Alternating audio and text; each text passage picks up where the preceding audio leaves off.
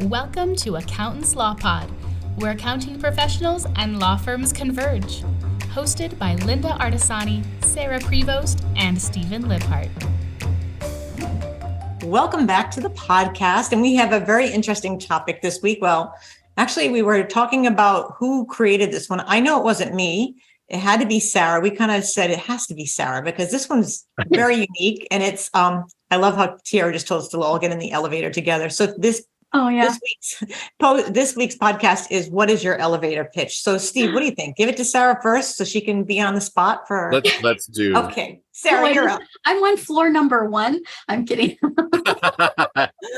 Ladies wear floor 1. Well, I will say, I'll just start off with, there was a women business group or a business group. I can't remember the name of it. I was a part of that. I really, really enjoyed. And the main presenter of that group, she became the leader of the group. She really talked about your elevator speech. And she always would say, you gotta touch it. You gotta practice it. And so we'd have like 30 seconds or less. And I'm like, oh my God, what do I want to say? And at one point she leaned over and said to me, she gave us the form and the art of it. We had to practice, right? And at one point she said, you can always add, something a little different. Because how boring is it? Like, what do you do for a living? I never liked asking. Yeah. So what women's group was this? This was a long time ago here in Portland. Okay. And I don't know if it's strictly women. For some reason, I kind of think it was just because a lot of women showed up to it. Maybe I have it wrong in my brain, but. So inquiring minds want to know, what is your elevator speech? Heck, if I got one, I'll have to throw one together. I'm terrible at it. I'll be honest. It's something you're supposed to have, but I'm terrible at it. So Lynda, I think you do it really well. I don't do it in 30 seconds or less. If someone asks me, what do you do? Mm-hmm. You can go into, well, I run this and I run that. So just say, I'm a serial entrepreneur. I have multiple businesses that I run. Mm-hmm. And primarily my main focus is we have a couple of accounting firms that work directly with attorneys and law firms. So we specialize in that niche of helping them grow and become more profitable. That is beautiful. I love that. Sometimes when people ask me, what do I do for a living? I said, I'm in accounting. I just don't even answer the rest of it because I want you to ask me questions. Which begs the question, if you say, I'm a bookkeeper, this is the thing, right? I'm a bookkeeper kind of sounds like less, even though it's not, that whole, whether you should say bookkeeper or accountant. Well, actually, what did we learn at Scaling New Heights? It's not even the word bookkeeper, because that's not what we do per se, no, right? In all fairness, we don't do just bookkeeping. What is that? Well, what's the visual you get when you think of a bookkeeper, right? That's a little green hat sitting in a corner. Pocket saver. Tape on their glasses. The pocket saver with pens and pencils in it. Well, let me do this. How many times can I do that? Head down with the calculator with a big long tape. Which actually does go down a big long tape. So I fit the mold right now. Let's all. Oh, she's going to show us her tape. I'm so proud of you. Sarah, you win. You win the tape contest. We have to do the Sarah thing. Yeah, I'll have to do the Sarah thing. So Steve, what's your elevator pitch? Well, so I learned this when I worked for Westin Hotels for many, many years. They pushed this on us. We had to have an elevator pitch ready at any given moment. But also teaching the classes at the Bar Association, I like to have a really quick elevator speech. So mine is, I'm the owner of a professional legal accounting firm providing efficient and effective insights into each of our legal clients' financial health. Our unwavering commitment to professionalism, confidentiality, and attention to detail sets us apart and attracts the same types of businesses to our collaborative environment. Do you have that memorized? Pretty much. Cool. You didn't do Chat GPT on that one? I did. I did actually have it massaged the other day. You did? I did. Because you can make it shorter. Wow. Yeah, I went in and I put all the keywords and had Chat GPT help me out with that. And so I'm going to test this out in my next class at the Bar Association because attorneys really like to hear that you're going to give them insights into their financial health, that you're professional, that you're committed, that you're confidential, you have an attention to detail, that you are set apart from just what you two were talking about, bookkeepers, and that you want to be collaborative with them. So those were all the things that I put in. I don't know. What do you guys think? I I love it. So I'm just curious on the prompts, because we can right now. I mean, this is where we are in this modern day. It's a great use case. It's a great use case for it. So what kind of prompts did you do? So what did you say? Take this. Did you take the whole text and say, please slim it down in a more blah, blah, blah? Or what? I said, would you please write me an elevator speech using these words? And I put legal in there. So you gave it some. I gave it some words, and I said, put all this together for me. And did that spit that out one shot, or do you keep saying, make it better, make it better? Okay. Nope, it came out. Because you can keep it going, right? Chat, you can go, it was really close to what I have anyway, but I wanted to. Yeah, but you could tell it, like, make it so many characters or whatever, and it will shrink it down. Exactly. Yeah. Because it might be easier to memorize something smaller or shorter, right? It's funny when I think of elevator pitch. I think we were in. I'm going to say we're in QuickBooks Connect Canada, and we did Airbnb. So Jacob Schrader booked me, Matthew, and Jacob a room. So we were in this building that had, 20 something floors. We were way up. It was gorgeous. And we would get in the elevator in the morning with all these people who lived in the building, and it would be pitch quiet. Like nobody, you know how that when everybody's kind of looking at each other, but no one wants to say anything because you don't want to be the weird person. Of course, we had a weird person with us. So Matthew would go, hey, where are you going? He would just start the conversation. I always think of that when I think of an elevator pitch, because that's kind of what the thought is. But for us, it's really talking about when we go to meet people at conferences, or like we're all going to be going to ClioCon, right? So now we have to have, because we're going to be we're not the attorney at ClioCon. We are the accounting firm going to ClioCon. So we're probably going to, Sarah and I probably get asked, well, where's your law firm? I don't know if that happened to you last year, Sarah, because I didn't go last year, but did that happen where they like, what do you do? Or they asked what we did. And I've learned early on in this, or later in life, but early in this career of owning a business, I'm better off using statements. So when I'm asked a question, I just kind of reply, because sometimes I want you to ask the next question, but I'm not like, if you don't want to, it's okay. I'm okay with you not asking, right? The whole thing with an elevator speech too is it's designed to open up conversation. Yeah. So right. You don't have that uneasy. You might have to be the initiator of that, right? So it's easy with Sarah because she kind of sticks out. Everybody's drawn to her because she's this little ball of fire. And then people come to her, and it's easy to, I just enjoy go. People. And then she'll say, oh, and this is Lynda, my business partner. And I'm like, yeah, I'm the other one. Yeah. I'm not the cute little one. But I enjoy talking with people. So if my words come, depends on reading the room. You got to read the room, right? So if you're standing up and introducing yourself, well, yeah, I'm going to add more context to it. And I'm probably going to think on the fly and have sweaty palms. Let's be honest. You can like, oh wait, you don't look it though. You don't look it. I mean, she'll talk to the people on the plane. She'll talk to the people in line at the plane. She'll talk to the people at the restaurant. She'll talk to the people in the line at the restaurant. Well, shoot, I'm standing in line and it's 4 a.m. and the thing's going so slow. I'm like, God, does everyone else want more coffee? Because I kind of need some. And then people just start talking, right? That's the same thing that happened in the elevator, right? It got people to kind of like laugh and joke and kind of start to talk to each other. And all I could think is, if you lived in that room, like that condo, how many days have you gotten in this elevator at 7:00 in the morning where you're like not talking to anybody? And what I would do is get on, oh, hi, Joe. Yeah. That would be me. Like, oh, you're new. What floor, how long have you been in here? That would be me. That's my thing. But yeah. So my elevator speech would probably Lynda, you crafted that so well, but it's in the sense of like, I'm founder, owner of multiple businesses that strategically align in the accounting field. And I have a wonderful family, and I don't know, something like that. Something like kind of throw it out there. And I have a demented cat. Yeah. I have a cat that's named after the Breaking Bad character who lives up to, but I would probably, depends, like Steve, you're doing it in a session, like you have to talk about who you are, like when you're doing your talks, right. That I sometimes am like, okay, you can read what's on the slide about me, but what's not on the slide about me. And then I can say that. That's another form to do that. Lynda taught me that. And you could also, I mean, one of the things, writing your about page, similar, right? You had to talk about yourself and nobody wants to do it. Hand that off to somebody else. I remember Sarah had done hers and I'm like, this is crap. She does a lot more than this. And I went back and redid it because I slimmed it way down. She didn't toot her own horn well enough, right? Yeah. And so you need to have that ability to toot your own horn. And if it's hard for you, let somebody else help you write it. That could get you started writing your elevator pitch, because you can practice at home, practice on other people, because you want to know how it's received.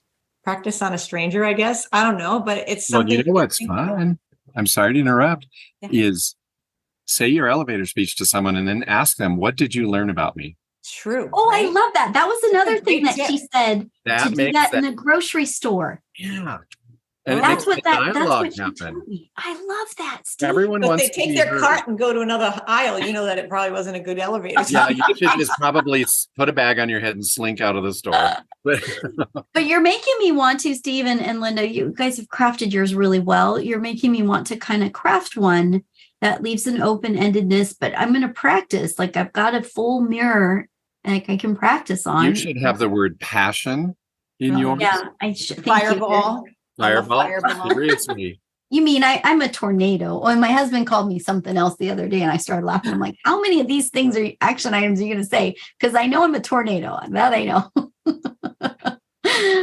But I love this. I guess this is what the session or the podcast is about, is just how do you develop? And then it changes too, to be fair. Yes. It's like our business plans. It's like everything else. True, right? Shouldn't we be mentioning the Accountants Law Pod podcast? I'm a host on the Accountants Law Pod, right? I mean, that's part of our life now, and we should be mentioning it when we go out. Absolutely. Teaira will kill us if we don't bring it up. She's got it on her email and all that. I mean, I guess we need to update our emails to eventually. But it's letting people know, right? It's all about letting people know. But how many little Airbuses do we have traveling behind us, Steve? Because that's what I'm thinking. Exactly. I see mountains. I see sunshine. It's good. And you see my neighbor's truck. Yes. I love it. But it's true, right? So you should think about it. You shouldn't just go on the fly, because it'll probably fall short. And really think about what you want to say and use chat. Yeah, use Chat GPT as a tool. Love that he did that. That is, I mean, there are more use cases of why to use it more and more the deeper we get into this. And Steve, I think it's amazing. You took something you've probably used for years. Well, this is an example of where Chat GPT can help us right now. But I still strongly believe, and I'm going down the rabbit hole here, it will never help us or replace us numbers wise with our legal clients. It just can't. How many times, Lynda, in the past week have we heard you say it will not reconcile a trust account? No way it can. Can't figure it out if it's wrong or broken. I mean, maybe it can figure it out, but I don't know if it'll be able to figure out all the things. Maybe it'll be able to someday highlight where it's off and then we have to figure it out, but I just can't see it. Yeah. And maybe I'm just not seeing it through the proper lens of the future. I do see it. One of the things I do see that it's going to be built on, and really you're looking at that one tool that's free, or you pay $20 and you get the more advanced version, but I can see it really helping with administrative tasks right now, where it's going to be able to get smarter to be able to, because it's doing this, it's able to like spit those answers out. So eventually I could see it maybe being a tool, like saying to Sarah, like maybe it can ask for the bank statements and then keep bothering, which we already have that ability. We've had that for a while. I remember when Boomerang came out. Remember Boomerang on the email? You could add that to your email and I could have these set templates go out to remind them. But now they've got it should be in our tools. So it should be in Financial Sense. It should be in Notion, which it is. So it's in there and you might have to pay a little bit more for it, but it's going to be able to not only ask for the bank statement when it's time, that it's, I need it because for whatever reason we couldn't get, we've got a bank right now that we can't get anything out of, and the owner or the admin has to go grab that for us. And they have to wait till it's mailed in and they have to scan it because there's not even online for it. This is what this bank is. Well, we should be able to have that go out maybe around the 11th of the month. Do you have it? I have a question. And then have it follow up if they don't give it to us. Because that's the other piece, right? Great that it could send it out like Boomerang, but is it going to keep asking until it gets it? Why the hell are we banking with this bank? Not us, but I don't know. It's a local little bitty bank. Okay. Yeah, I'll it's a keep little my bitty mouth bank. quiet. It's our clients' bank. Quiet. Yeah. This But- is one reason why I put attention to detail in my elevator speech. You know, you've got a human set of eyes on your book, on your books. You know, we're going to collaborate with you. We're not going to give you just the quick answer you want to hear. Yeah. We didn't go out to some AI platform and make this happen for you. We didn't become your trusted advisor, through a computer program. It's all human touch. I like that. Oh, I like digits, Sarah. I mean, what we saw that's on the pipeline for that is amazing use of AI, use case for AI. Yeah, and scaling, that one blew me away. That we should say, if you're in a position where you haven't really maybe carved out your time to go to different style of conferences to test the waters, and maybe you have to refresh a few, maybe you don't go to the same ones all the time. But if you're not doing that on a fairly regular basis, it is hard to retain what's cutting edge or what's up and coming, and it feels very overwhelming. So I would say, like, it's a reminder to do that, right? As much as it is, like, I guess, our elevator speech. And admittedly, I need to work on mine. So I think we could all say we could work on ours. And true, if you do go out to these things or functions or to the, you're speaking at the bar, Sarah, you're going to be speaking at pageant. And then you're going to be at bookkeeping buds. I mean, you want to have that because you're going to be in an audience full of people who's going to want to know who you are and what you're doing. There's going to be people there that don't know you. You want to have that shortened version of what you do so that you can intrigue them. I mean, I can't just keep doing that. Just, hey, just look up there. Well, that shows your confidence level in what you do. Yeah. No, When people hear that, they or feel that from you through what you're telling them about you, they're like, okay, this person is on it. They've got it. They're the pro. Yeah. Speaking of elevator pitches, have you ever heard one that you thought, oh, that was awful? Have you ever had somebody tell you what they do and you think, oh my God. Okay. Well, we also learned about what you physically do.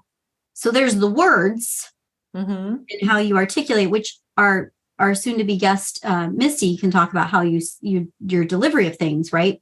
That was also something we did talk about. Steve reminded me of the one, try it on different people. I love that because you just don't know what you're going to, but also, if you want to memorize it, that skill of memorization, but also it's like your physical. And where I've seen it not go well is when you're like, and so what I do.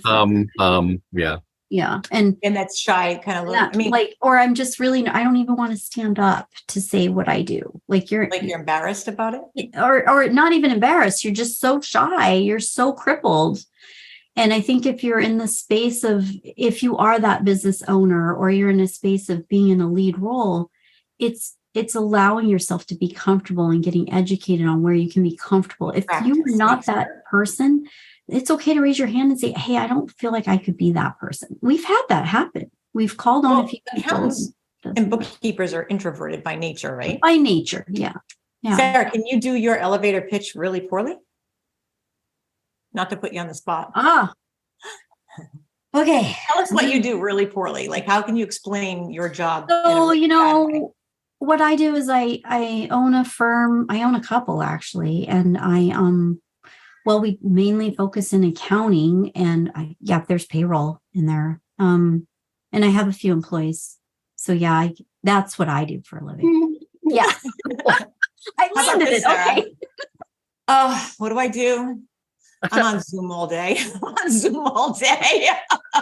Oh, you mean you're telling me about your actions of what you do, not what you, yeah. Yeah. Oh, okay. Well, nice to know you. I think I'm going to go collaborate with those amazing, sparkling people over there, which I like to joke around that, yes, I feel like my friends are all celebrities anyway. So that's, Oh, I love it. Steve, you want to give me your bad elevator pitch? Well, I try to be patient and calm with attorneys and help them a lot. But they're all really different. And so it's hard to tell you what we do. Oh, it's a little boring. How's that? You told me nothing other than you work with attorneys. Yeah. I don't know what you do. No, when they ask you. You deliver papers for them? look them in the eye, shake their hand, say, thanks for asking. This is who I am. This is what I do. And try to have it in there. And boy, oh boy. Oh my God. I would crack up if you started telling me that. I probably would. Honestly, I probably would laugh. And then that might actually open the door to give the real one, right? Because you're kind of making it funny. Yeah. Well, that's a good point. You see these people, bless their hearts, these attorneys go through law school and they've got it in their mind that they're going to make $1 bajillion that first year, pay off their student loans, and the world school tells them that. The school tells them that, but they don't teach them how to be. Yeah. They don't teach them the professional business skills that they need to run their business. They tell them they need to learn it, but they don't teach it. You're touching on something I've recently listened to. I love Mel Robbins. She has her own podcast. I love listening to her. Being an attorney, and she talks about all these skill sets, like you're saying, Steve, but like how to make friends as an adult right now is something she's talking about right now. It's hard to do because we're introverted people, or how to do what you're saying. And it's fascinating to listen to. Obviously someone who's very well established, very much a celebrity in what she does. But I appreciate that there's this connection that we can listen to of a person who has done that. I think it was in New York that she served her time in the law space, now that she's not in it. But it's fascinating to me how incredibly hard it is, because it's in every aspect of our world. I mean, every business owner has some sort of thing that is a crippling moment. Yeah. And that could be standing in an elevator trying to give you a pitch and you're like, oh God, I don't have the nerve to do it, or starting that conversation. I mean, just being actually in the elevator and starting a conversation with other people. You crack me up, because I really think now why it's the elevator speech. Now you really get me thinking. You really hope to God it's 30 floors, because you just want to ride the elevator to get the time to say what. Well, that's the thing. That's why you want to keep it short. You want to be short and concise. Oh, I love it. When you're in the elevator, next time you're in an elevator, you're going to think about this, that you don't have a lot of time to tell everybody about yourself if you do open up that door, right? I'm going to look at you in an elevator and say, hey, Lynda, what do you do for a living? You've got 5 floors to get it to. Exactly. And Sarah, I want you to save the next time you buy a new refrigerator, save the box, make it into an elevator, stand in your yard and practice. I will. Actually, we do need to buy a refrigerator. Well, there you go. We just bought a Euro dishwasher, or not dishwasher, laundry thing, because ours went out in our other place. And oh my God, I was like, I wonder what that box looked like. That was what I was thinking in my mind, because it's hard to break down. Well, if we all have groups of people that are our friends and focus group people, if you will. Ask them to tell you, what do they know about you? Good idea. What's funny? I was listening to this. I don't know if it's on Mel or somebody else. I thought this was interesting. If you don't, that's opening it up to what you just said. Ask them if they know what you do, right? Or if you tell them. What I was learning was, what if you just don't tell people and you do this thing? And I never thought it from this perspective. And then people come to you and say, how come you didn't tell me? Because they felt excluded. And I was like, oh, okay. I didn't know that was what that reverse piece of it would feel like, which is very fascinating to me to think that. I never would have thought that way, that they would have felt excluded. Yeah. And my partner is doing a big food drive for an Airstream rally that we're hosting next month, or in September. And one of the contest things that he came up with is, Lynda, tell me something about you that none of us ever would guess, ever would know. Ooh, that's turn that around the other way. What do you know about me, or what don't you know? Oh, cool. That's a great one. Because when you see how other people are looking at you, you learn a lot, and you learn a lot about yourself, and it helps you convey who you are and what you do. Yeah, I can remember that, like, with all the questions I had answered on Intuit. And I can remember thinking I was just a person answering questions on Intuit. And I can remember being told, do you understand like where you're at in this place? And of course, now my face is on the community page, at least it was, next to Hector Garcia. I was like, oh my gosh. But like I look at him that way, but I didn't look at myself as having that sort of status. And it took somebody else to tell me that. Mm-hmm. Like, did you know that? So, I mean, that's something that you don't realize that people might have a perception of you. Like Sarah and I go around the mighty legal ladies as we run around different conferences, and that's what we're kind of known by. Those are the legal ladies, but we've obviously done a good job letting people know what we do. And especially if you're someone, speaking of elevator pitches, if you're someone who's been a generalist, right? This is a pivoting thing I had to do. I took anybody to work on whatever you have. What's your business? Oh, cool. I want to learn about it. And then I went from that to only take attorneys. And at some points you don't just only shut that off. But when you get to the point you have enough clients, I only take attorneys and law firm, but I will help you find somebody else. But then you have to let people know that you're doing that as part of your elevator pitch, and let the world know that you're doing that, so that they know to come to you if they have that law firm client that they're like, oh, law firm, I don't do that work, but I know somebody who does. And that's bingo. Pitch, I mean, is important.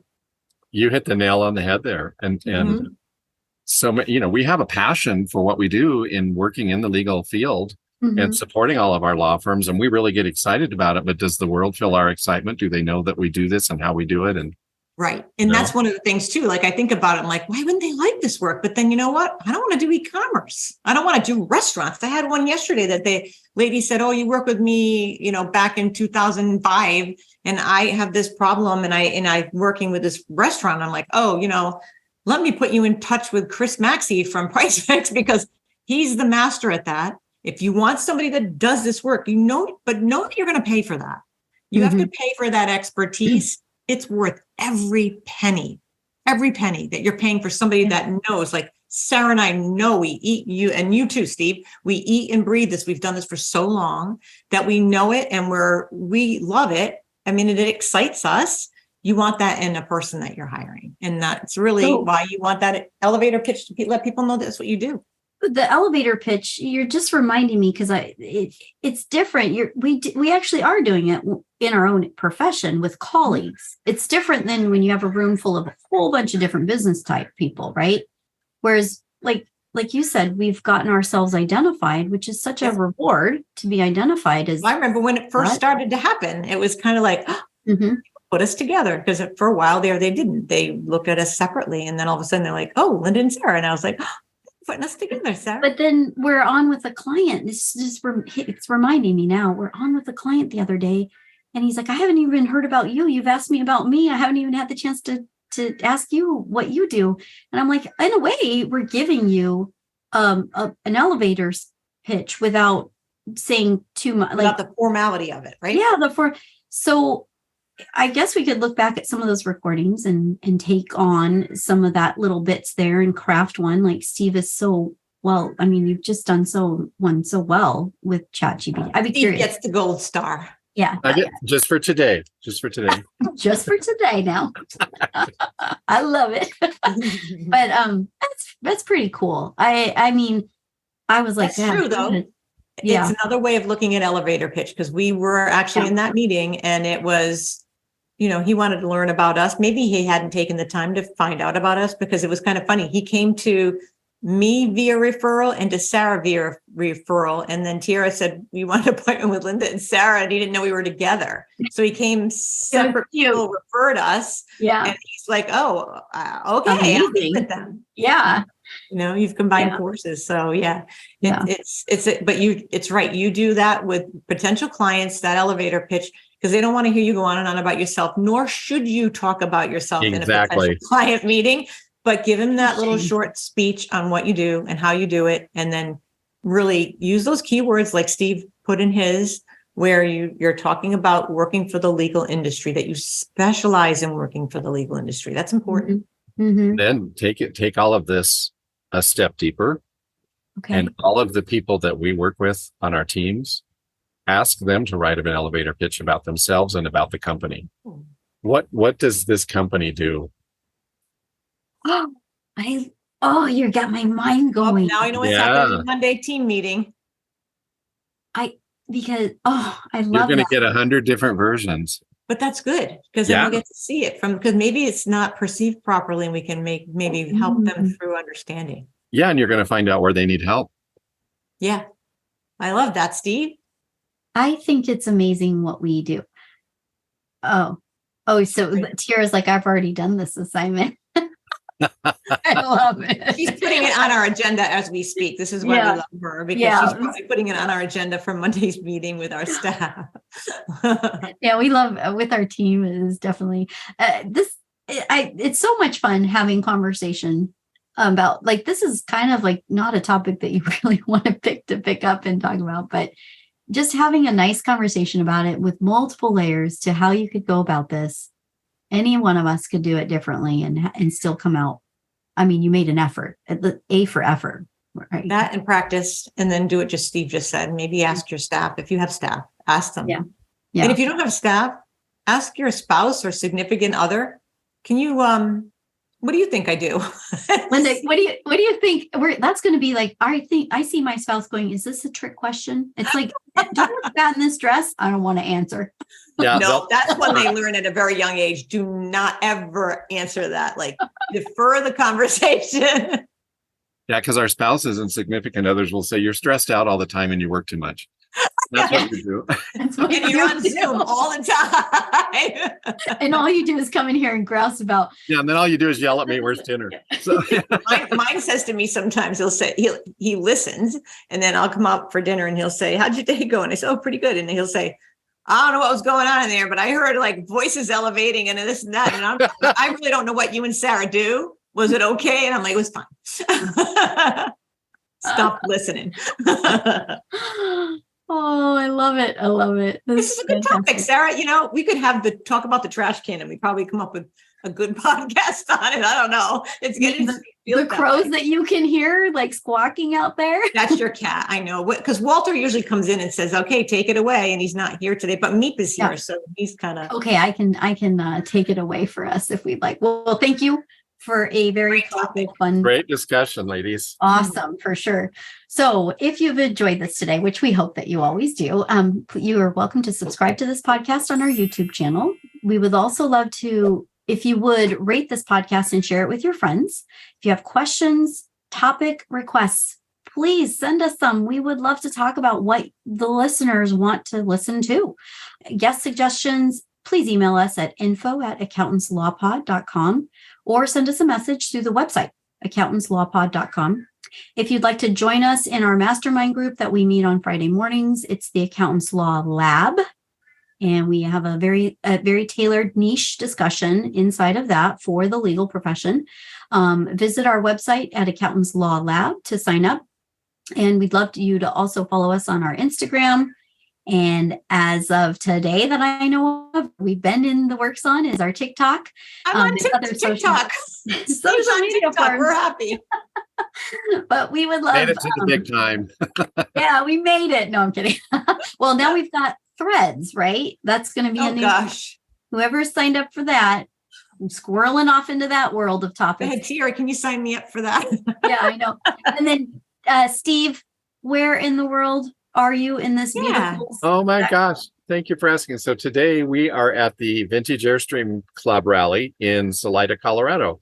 And there's about 45 vintage, and I'm talking clear back to, we have two or three 1948 Airstream We Win trailers here. And they are little bitty eggs, and they are so cool to see. And so we're with our tribe, because we started out in the Vintage Airstream Club and just love it. So are you going to post pictures of these little? You already did. It's on Instagram. Oh, dang it. Okay. I got to go look for it. See, I'm just terrible at that, but I will pay attention. You posted it, just so you know. I did. Thank you, Teaira. I think you were posting from the International Airstream Rally that we were at a couple of weeks ago. Oh, I love Teaira. We're going to have an open house here tomorrow for the community. And so I'll take lots of pictures then, because everybody will have their bling out, their doors open, all that sort of stuff. Awesome. I love that. That is awesome. Yeah. Well, it's fun to travel with you on these adventures with this podcast. It's such an enjoyable treat for us to look forward to something fun and different. So yeah. Absolutely. Well, thank you, everybody. Thank you for joining us. We'll see you next week. Take care. Bye-bye.